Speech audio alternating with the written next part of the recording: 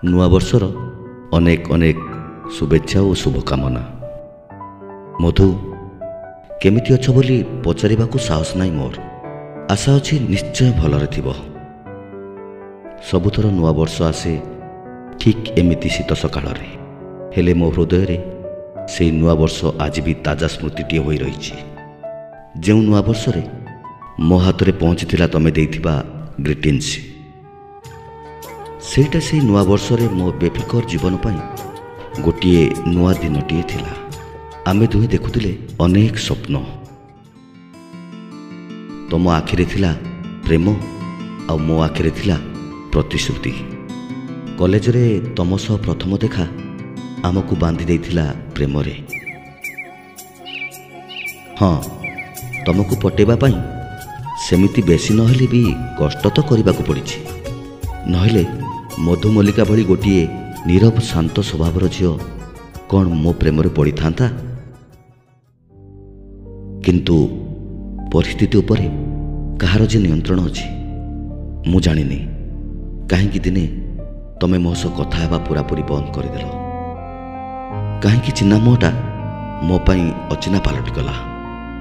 ଦିନେ ସାରା କଲେଜରେ ଯେଉଁ ଦୁଇ ଜଣଙ୍କ ନାଁରେ କାନ୍ଥ ବାଡ଼ରେ ଲେଖାଯାଉଥିଲା, ହଠାତ୍ ସବୁକିଛି ମଳିନ ପଡ଼ିଗଲା। ତା ମୁଁ ବୁଝିପାରିଲିନି।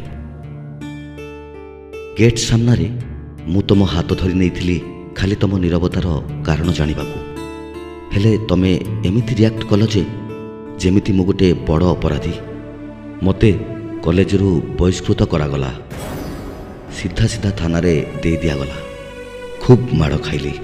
ଥାନାରୁ ଫେରିବା ପରେ ତମ ସୁନ୍ଦରୀ ସାଙ୍ଗମାନେ ବି ମୋ ସହ ବିଶ୍ୱାସଘାତକତା କଲେ। ତଥାପି ତମ ଉପରେ ମୋର ଟିକିଏ ବି ରାଗ ଆସିଲାନି ଏ ମନରେ। ଅନେକ ଚେଷ୍ଟା କଲି, ହେଲେ କିଛି ବି ଜାଣିପାରିଲିନି ତମ ବିଷୟରେ। କିଛି ବର୍ଷ ପରେ ତମ ଘର ପାଖ ଦେଇ ଆସୁଥିବା ଅଧ୍ୟାପିକା ଜୟିତା ମ୍ୟାଡ଼ାମଙ୍କ ଠାରୁ ଜାଣିବାକୁ ପାଇଲି ଯେ ତମେ ବିବାହ ନ କଲେ ମୋତେ ଜୀବନରୁ ମାରି ଦିଆଯିବ ବୋଲି ଧମକ ଦିଆଯାଇ ତମକୁ ଜୋର ଜବରଦସ୍ତ ବିବାହ କରିଦିଆଯାଇଛି।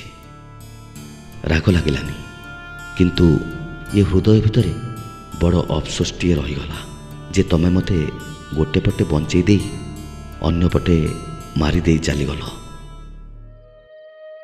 ଆଜି ଦୀର୍ଘ 28 ବର୍ଷ ପରେ ବି ତମ ହାତ ଲେଖା ସେହି ସୁନ୍ଦର ଗ୍ରିଟିନ୍ସ ମୋ ପାଖରେ ସାଇତା ହୋଇ ରହିଥିଲା, ଯେଉଁଥିରେ ତମେ ଲେଖିଦେଇଥିଲ ମଧୁ ୱେଟ୍ସ ଆକାଶ।